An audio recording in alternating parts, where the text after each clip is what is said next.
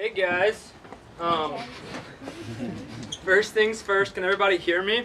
Like, okay at this volume? Because Jason is loud. I'm just like loud-ish. So anyway, if you can, just like raise your hand in the back at any point and I'll be louder. So Jason told you a little bit about what we're doing today. Sorry, I just knocked that off. It's a music thing. So anyway, he told you a little about what we're doing today, and the idea kind of came from, we were discussing Sundays we had coming up once Jason's daughter Hadley was born, and kind of who could speak and what could happen. And this is just sort of an idea that God gave to us on just kind of really hitting hard on worship. And so we just decided to have kind of what we referred to as Worship Sunday, for lack of a better term, and decided to really go heavy on the musical worship. And I feel like I've said that word so many times already, it's starting to sound weird. And but I'm probably going to say it a whole bunch more times. And like words just sort of tend to lose their meaning sometimes. Like just for example, like the word hipster, which I think used to mean like rich kids that wanted to look poor, and then it just like had something to do with coffee, and now I think it's just like people under 30 that have glasses on. And so I feel like that's a little bit what's happened with the word worship in church, in that not that it's really changed in any negative way, we just kind of have grown to use it interchangeably with the musical portion of a church service. And Jason talked a little bit about this. And so before I really get into it, I just want to kind of acknowledge that we understand that worship also is something we should be doing throughout the week, but just keeping it specific to Sunday church services. It's something we're doing as we engage in community with each other before and afterwards. Jason talked about the giving of tithes and offerings, and also like as we're listening to a message from Jason on a weekly basis, if we engage with that intellectually or emotionally, that's an act of worship as well. So I do understand that that worship is really should encompass all of a church service. That said, I'm probably going to use the word worship to refer to the musical portion of a church service throughout the rest of this. So just wanted to get that out of the way. But a little bit about the Body Church and the history of worship. Jason mentioned that I've been around this thing since we started it, and just want to give some of y'all a little backstory. Some will already be more aware of some of this than others, but kind of the Body Church and our relationship with musical worship. And when we first started the church, it kind of existed in the form of a house church and even in a log cabin at one point, and that had a ping pong table, which was the only thing it had going over this, but we'll get there. But we decided we were going to start having Sunday morning church in a building, more legitimate, if maybe that's the wrong word. But anyway, we were going to start having church on Sunday mornings. And so back then there were about 10 or 12 of us that would sit around a table once or twice a week at Jason and Colleen's house, and we were mapping out everything that we needed to have ready to be a Sunday morning church. And so we got sort of a financial picture together. We had different people who could use their gifts and talents in different ways. We found a building.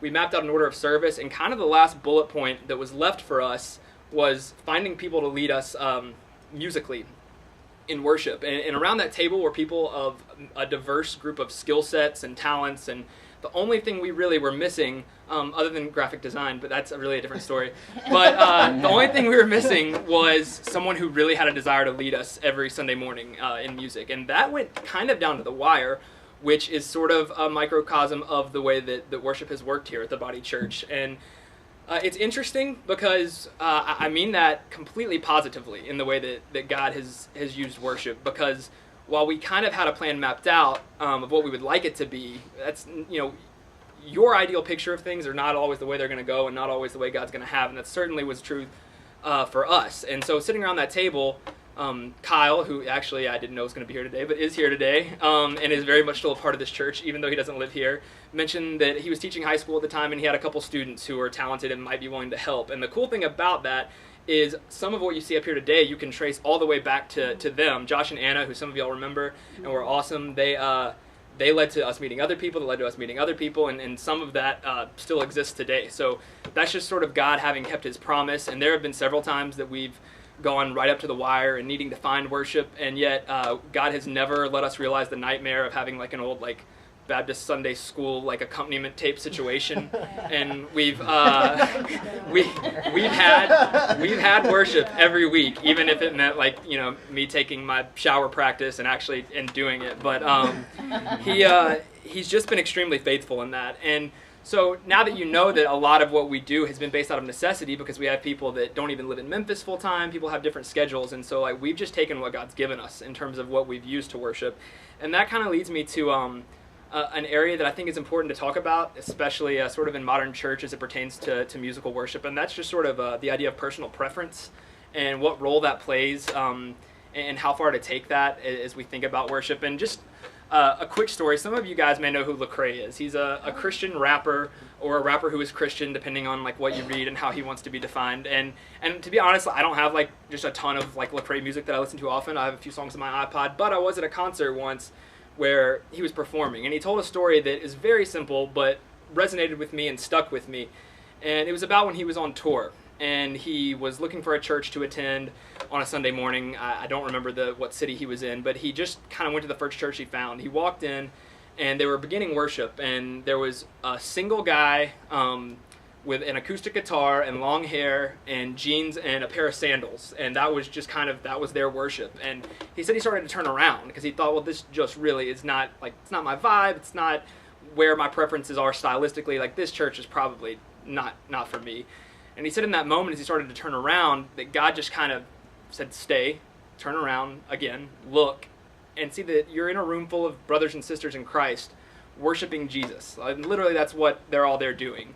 And to think that your preference of what you particularly like when it comes to musical worship should take precedence over joining with people who are your family and engaging in worship with them is just such a selfish notion. And that's him saying that about himself, that it's just a selfish notion. For me personally, the reason that resonated with me is because I was out of church for a long time, and then when I started going back in college, my roommate and I, we went around to several churches, and to be honest, I thought that was kind of a trump card. Like, I could have loved the message, felt like that was where God wanted me to be, but I thought the music was kind of like, if I don't like it, why would I choose to go to a church where that doesn't really fit my preference?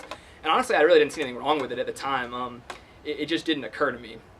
And what I can tell you is that, and I hope it's here, God does have a church for you that he wants you to be at, and if it's not here, then I hope you find it somewhere else. But he may not be catering to your musical preference. That may not be like on the forethought of his thinking and in his sovereign plan. And so that's just kind of something that I thought a lot about, because we have had a lot of transition, and I'm sure that some people like other worship leaders more than certain ones that we've had, and they wish it could go back this way, or they're really glad that it's this way now and not a different way, and they like it better when we do hymns more, or they like it when we do songs they haven't heard more before, and everybody does have preferences, and it's okay to have likes and dislikes. That's kind of a natural human thing. But I do feel like we're commanded to just lay those down, especially if this is where we feel like we're meant to be, because like Jason said, it's not a concert. It's a thing that they're there to lead us in worship and to help us foster an environment conducive to that. And so we do strive for excellence. It's not like I'm saying we'll just throw any old thing up here and you need to worship to it, which would still technically be true, but we are striving to do as good of a job as we can with it.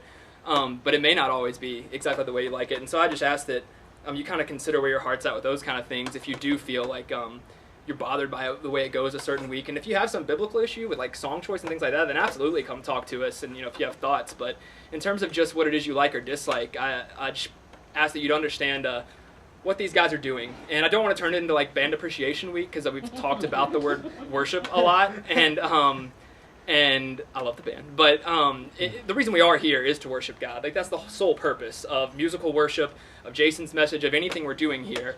That said, I would be remiss if we went a whole week where the focus was largely on musical worship and I didn't tell y'all a little bit about what it is they do. And I feel like this is just a really good opportunity, both because we're discussing worship today and because I got to do that with them a little bit this summer. And so for those of you who don't know, they are not getting here at the same time you get here and playing some songs. They are here anywhere from an hour to 2 hours ahead of time every Sunday morning, and almost every week it's a chunk of their Saturday. A larger one yesterday than normal, but almost every week we have practice on Saturday. And so I understand like the weekends are important for anyone in any life stage, but you can probably tell that if you took the average age of our band, it's not particularly advanced. And so people, especially for them where they are in life, like a chunk of a Saturday and waking up extra early on Sunday, that's a sacrifice. And it's one they make to lead you guys in worship every week. And I mean, I know I appreciate it, and I can say, having done it with them, they do it with a joyful heart. There's not a lot of hand-wringing about, oh, I can't believe we have to do it again this Saturday. It's done with a joyful heart, and it's something that I hope y'all appreciate. And I just wanted to give y'all a little picture of what it is they're doing. I know that for several of the people up here, 90% of the Sundays they're in town, they're doing that Saturday, Sunday morning, and then leading worship. And that's going, back to January and beforehand. I mean, some people are barely ever miss a week. And I mean, that's a blessing that we have people that are willing to kind of be the spine of it, because we have other people, like I said, that are in and out of town, and so some parts are kind of interchangeable, but we have some people that are really the backbone and hold that together, and I appreciate them for sure. As we move I'll start to close out and we move back into worship, I want to talk about something that's maybe uncomfortable, and if not uncomfortable, then at least under-discussed, maybe. And Jason hit on it a little bit. I call it the worship anxiety. And I think that, I don't want to say it's solely a modern church problem because I wasn't there, but it is somewhat unique, I think, into sort of this modern church culture, in that we live in a place that is so free to worship God that we almost have gotten to a place where we get embarrassed about the way that we do it. And that's me, and I think that's a lot of people. Something that Jason's pastor, who y'all have heard referenced a lot, from Clemson, South Carolina, Perry Noble, and we've watched a sermon of his, he told a story once that also stuck with me about, he was talking about this topic, and he said that his wife, the way he knows when she is just really engaged in worship, and the way that he can tell that the Lord is just really making his presence known to her, and she's just in the worship zone, for lack of a better term, is that she just sits down. Everyone is standing and worshiping, and she just sits down, and she is quiet, and she is still, and that's how he knows that the Lord is really working on her in that moment. And we all have different inclinations, and even our own inclinations of how we worship may change from week to week. But I want to be careful here. I told Jason this was the one part of this I was struggling with, trying to get the balance on. I don't want to come off as saying that one method is better than the next, or the more charismatic, the more connected to God.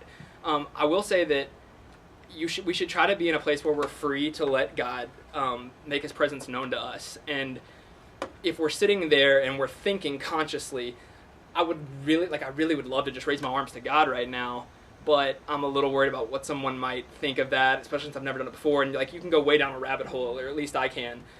Or what if somebody hears my singing and it's not great, and they talk about it later, and all these things get in your head. And to be really honest, just kind of sidebar for a second, I don't think it happens in this church, and I've absolutely can 100% say I've never been part of a conversation with people in this church about that, but I can't promise you it's not, because I have been in church a long time, and I've sat at tables where people have questioned the authenticity of someone's worship, talking about someone who had their hands up and was particularly charismatic, and I've been sitting around with people who have talked about someone who was behind them and singing really loud and maybe not beautiful to their own ears. And so I really can't. I'd love to tell you that it's all in your head, and it may not be, but the thing is, it's a trite kind of Christian cliche that you've probably heard if you've been in church much, that we're always worshiping something. You're either worshiping God or you're worshiping something else. And it may sound cliche, but it's particularly true in this instance, because effectively what we're doing, if we are letting someone else's opinion or our perception of their opinion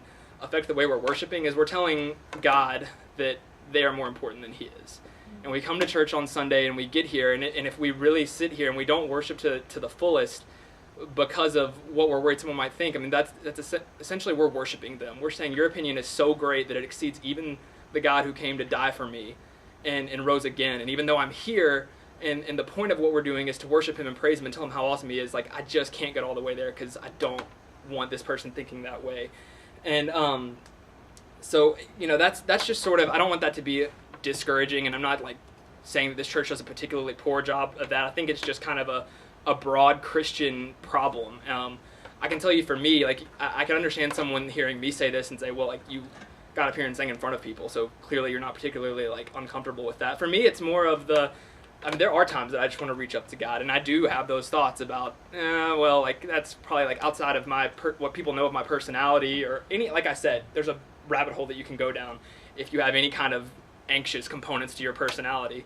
And I would just invite you, rather than that being a discouraging thing, I would encourage us, especially today, starting today and moving forward, to just feel free to worship the way we want to. The part of the problem, and again, I don't want to say that one thing is better than the next. If you're the person that needs to sit down, do that. If you're the person who wants to stand, who wants to sing at the top of their lungs, if you want to dance, just stay in your own row, or don't.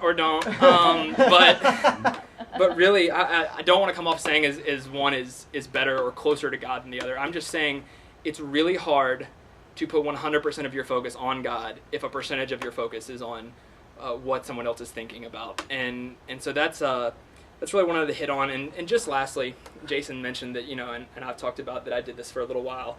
And our primary, I've said it like 100 times by now, so we should have it. But our primary focus is absolutely worshiping God and just exalting Him during this time. But a secondary benefit, and something that I think is not exclusive to people who are up here leading, I think it's a little more pronounced because you're facing people and so you can see them. But it's extremely encouraging to see other people who are really actively engaged in worship in a way that you just know that they're just feeling it at that moment. And in the rare occurrence that I mustered the courage to look up from the words that I know really well but was always terrified I would forget, when you do see people like that, again, that's not your motivation to worship. It's for people to see you and be encouraged by your worship, but it is. And it is encouraging, and it has a snowball effect to where if everyone kind of gets in that mode and we can create that environment here or anywhere that you're worshiping, if it snowballs far enough to where being self-conscious about worship becomes abnormal, then you just end up with a church that has a great environment of worshiping freely, which is the whole point of what we're here to do in the first place. So thank you guys for listening to me. We're going to get back into worship. We've got about 5 songs left, so I would just encourage you to kind of apply some of this. The band's going to come up and play, and just sort of be thinking about those things, and just feel free to worship in whichever way that you're moved. The band is probably going to say stand with us, and that's going to keep happening, and that's a good place for us all to have sort of a baseline. But if that's not you and you just need to sit down and do business with God, do that. In any other way that you feel you need to worship, please feel free to do that. So I'm going to pray, and then we're going to get back into a few more songs, and we'll be out of here.